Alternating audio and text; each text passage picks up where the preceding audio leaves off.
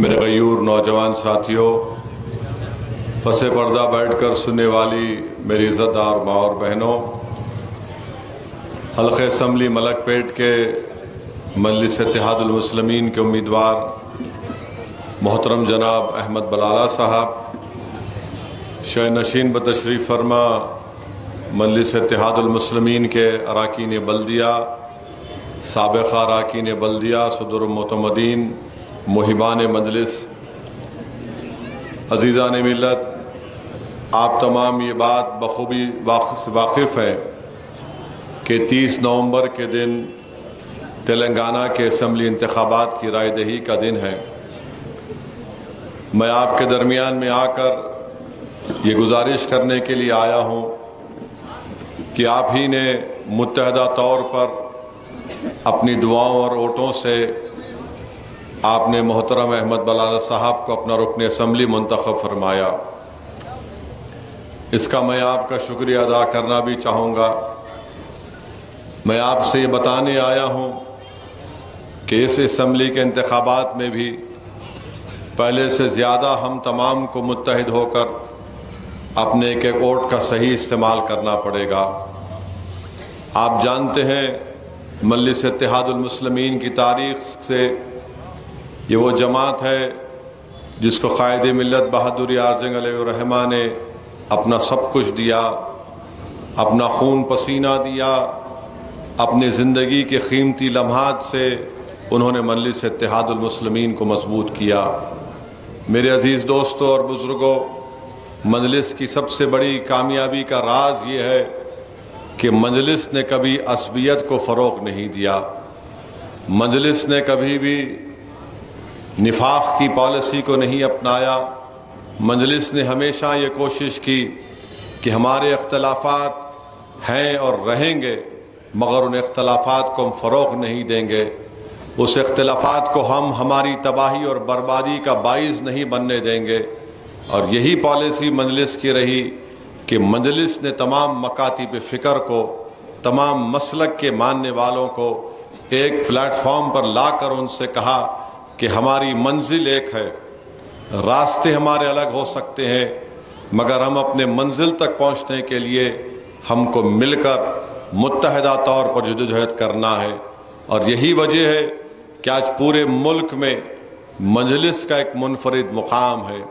اتر پردیش میں جب ہم جا کر یہی بات کرتے ہیں کہ عصبیت کے مظاہرے مت کریے، آپ کسی بھی مسلک اور مکتب سے آپ کا تعلق ہو سکتا ہے، مگر آپ اس کو اختلافات کا ایک موضوع بننے مت دیجئے۔ لوگ تعجب کرتے ہیں، مگر الحمدللہ یہ مجلس کی تاریخ رہی۔ مجلس کی اس تاریخ میں، اس کوششوں میں ہمارے بزرگوں نے بہت سے مصائب اور مشکلات کا سامنا کیا۔ میں آپ کا شکریہ اس لیے بھی ادا کرنا چاہوں گا کہ آپ نے بلدیہ کے الیکشن میں ان طاقتوں کو شکست دی جو مجلس کے بزرگوں کے پیغام کو کمزور کرنا چاہتے تھے۔ میں آپ کا شکریہ ادا کرتا ہوں۔ میرے عزیز دوستوں اور بزرگوں، میں آپ کو بتانا ضروری سمجھتا ہوں کہ آج اس دنیا میں، اس کرۂ ارض پر، اگر کسی زمین پر انسان کے خون کی کوئی اہمیت نہیں ہے، جہاں پر انسانیت کا قتل کیا جا رہا ہے، نسل کشی کی جا رہی ہے، وہ فلسطین ہے۔ میں جب نامپلی میں، ابھی ملے پلی میں تقریر کر رہا تھا تو ایک جذباتی نوجوان مجھے آ کر کہا کہ اسد صاحب یہ آپ لگائیے، اور آپ اپنی تقریر میں فلسطین کا ذکر کرنا کیوں چھوڑ دیے؟ اس نوجوان نے مجھ سے کہا کہ کیا کانگریس کے لوگ یا بی جے پی کے لوگ آپ پر تنقید کر رہے ہیں اس لیے آپ نے فلسطین کا ذکر چھوڑ دیا؟ تو میں نے اس نوجوان سے کہا کہ نہیں، یہ وجہ نہیں ہے، کیونکہ وقت کم رہتا ہے، اسی لیے اسمبلی کے انتخابات میں میں چاہتا ہوں کہ ان تمام موضوع کو بحث بناؤں اور مجلس کا کام عوام کے درمیان میں رکھوں۔ تو اس بچے نے مجھ سے کہا کہ صاحب، فلسطینیوں کے ظلم سے بڑھ کر کوئی چیز نہیں ہو سکتی ہے۔ تو یقیناً میں سلام کرتا ہوں اس نوجوان کے اس جذبے کی کہ اس نے اپنے چند منٹ کے مجھ سے ملاقات میں میری سوچ بھی اس طرف راغب کی۔ یقیناً ہم تمام کو جو آج فلسطینیوں پر ظلم کیا جا رہا ہے اس کی پرزور مذمت کرنی چاہیے۔ 10,000 سے زیادہ لوگوں کو ظالم اسرائیل کی حکومت نے ان کو ختم کر دیا، جس میں سے 7,000 کے قریب بچے ہیں، جس میں 3,500 کے قریب خواتین ہیں۔ اسپتالوں میں آکسیجن نہیں ہے، اسپتالوں میں اینستھیسیا دینے کی دوا نہیں ہے۔ 50,000 خواتین اب آئندہ ہفتے میں ان کی ڈیلیوری کی تاریخ آنے والی ہے۔ پینے کا پانی نہیں ہے، برقی یا بجلی نہیں ہے، اور یہ مغربی دنیا جن کے ہاتھ ان معصوم فلسطینیوں کے خون سے رنگے ہوئے ہیں، آج جو ساری دنیا کو درس دیتے تھے، آج ان فلسطینیوں پر ظلم پر گونگے، اندھے اور بہرے بن کر بیٹھے ہیں۔ بولتے ہیں کہ اسرائیل کو جواب دینے کا حق حاصل ہے، تو پھر یہ فلسطینی کیا کریں گے؟ اسرائیل ایک آکیوپائر ہے، اسرائیل ایک ایگریسر ہے۔ اسرائیل نے فلسطینیوں کی زمین پر قبضہ کیا ہے، اور اسرائیل اپنی طاقت کے بلبوتے پر جو مغربی ممالک اس کو دے رہے ہیں۔ غازہ میں کہہ رہا ہوں، پہلے بھی کہا، 21 لاکھ پر مشتمل ایک علاقہ ہے، جس میں سے آپ سوچو تھوڑی دیر کے لیے 10 لاکھ کے قریب لوگ بے گھر ہو چکے ہیں۔ 10,000 بلڈنگوں کو بم ڈال کر اڑا دیا گیا۔ 36 اسپتال میں سے 19 اسپتالوں کو ختم کر کے رکھ دیا گیا، اور اسپتالوں پر بم گرائے جاتے۔ میرے عزیز دوستوں اور بزرگوں، ہم کو فلسطینیوں کو نہیں بھولنا چاہیے۔ ہم کو اپنی دعاؤں میں فلسطینیوں کے لیے دعا کرنی چاہیے۔ فلسطینیوں کا مسئلہ کسی مذہب یا مسلمانوں کا مسئلہ نہیں ہے، فلسطینیوں کا مسئلہ انسانیت کا مسئلہ ہے۔ فلسطینیوں کا مسئلہ ہیومن رائٹس کا مسئلہ ہے۔ فلسطینیوں کا مسئلہ عزت نفس کا مسئلہ ہے۔ فلسطینیوں کا مسئلہ اس لیے بھی اہم ہے کہ 75 سال سے ان کو مارا اور پیٹا جا رہا ہے۔ 1 کروڑ سے زیادہ لوگ ریفیوجی پناہگیر بن چکے ہیں، مختلف ممالک میں، لبنان میں، جارڈن میں، عراق میں اپنی زندگی بسر کر رہے ہیں۔ تو میرے عزیز دوستوں اور بزرگوں، ہم کو مذمت کرنی چاہیے جو اسرائیل جیسا ایک اپارتائڈ سٹیٹ فلسطینیوں پر ظلم کر رہا ہے۔ ہم اللہ سے بھی دعا کرتے ہیں کہ اللہ غیب سے ان فلسطینیوں کی مدد فرمائے۔ ہم امید کرتے ہیں کہ ہماری حکومت، وطن عزیز کی حکومت جو اعلان کر چکی ہے، باوجود اس کے کہ ہندوتوا آئیڈیالوجی پر چلنے والی بی جے پی کی حکومت ہے، اس نے بھی کہہ دیا کہ ہم آزاد فلسطین مملکت کے قائل ہیں۔ ہم ہمارے ملک کے وزیر اعظم سے کہنا چاہیں گے کہ صرف زبان سے بولنے سے حل نہیں ہوگا، پہلے سیز فائر ہونا چاہیے غازہ میں۔ وہاں پر جو لوگ بے بس ہیں، مظلوم ہیں، ان تک ایڈ جانی چاہیے۔ اور اسرائیل یہ کوشش کر رہا ہے کہ غازہ کے ان 20 لاکھ فلسطینیوں کو غازہ سے نکال کر مصر میں جو سینائی کا ڈیزرٹ ہے، صحرا ہے، وہاں پر ان کو ڈھکیل دیا جائے، اور ویسٹ بینک سے نکال کر ان کو جارڈن میں ڈھکیل دیا جائے۔ میرے عزیز دوستوں اور بزرگوں، ان معصوموں کی تکلیف کو ہم کو اپنے سینوں میں محسوس کرنے کی ضرورت ہے۔ مجھے یاد آ رہا ہے، میں نے پہلے بھی کہا کہ امریکہ کی جب ویتنام سے جنگ ہوئی تھی تو کئی سالوں تک ویتنام اور امریکہ کی جنگ چلتی رہی۔ ایک شخص تھا واشنگٹن ڈی سی میں جو روز جا کر امریکہ کے صدر کا گھر، جس کو وائٹ ہاؤس کہتے ہیں، اس کے سامنے ایک چراغ کو جلاتا تھا۔ تو کسی ایک رپورٹر نے پوچھا کہ اتنے سال سے جنگ چل رہی ہے، تیرے چراغ جلانے کا مطلب کیا ہے؟ تو اس نے کہا کہ میں چراغ اس لیے نہیں جلا رہا ہوں کہ میں صرف جنگ کی مذمت کروں، میں چراغ اس لیے جلا رہا ہوں تاکہ امریکہ کو معلوم ہو جائے کہ آج بھی مجھ میں انسانیت زندہ ہے۔ تو میرے عزیز دوستوں اور بزرگوں، ان فلسطینیوں پر جو ظلم کیا جا رہا ہے، ہم اس کی مذمت کریں، اور جو لوگ فلسطینیوں پر ظلم کر رہے ہیں، ہم اللہ سے دعا کرتے ہیں کہ اللہ ان کو نیست و نابود اور برباد کر کے رکھ دے۔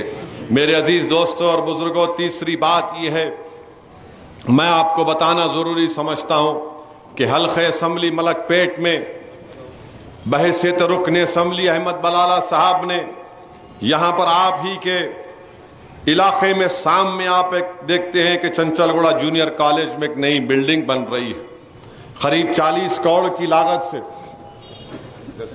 10 کروڑ کی لاگت سے ایک نئی بلڈنگ بن رہی ہے.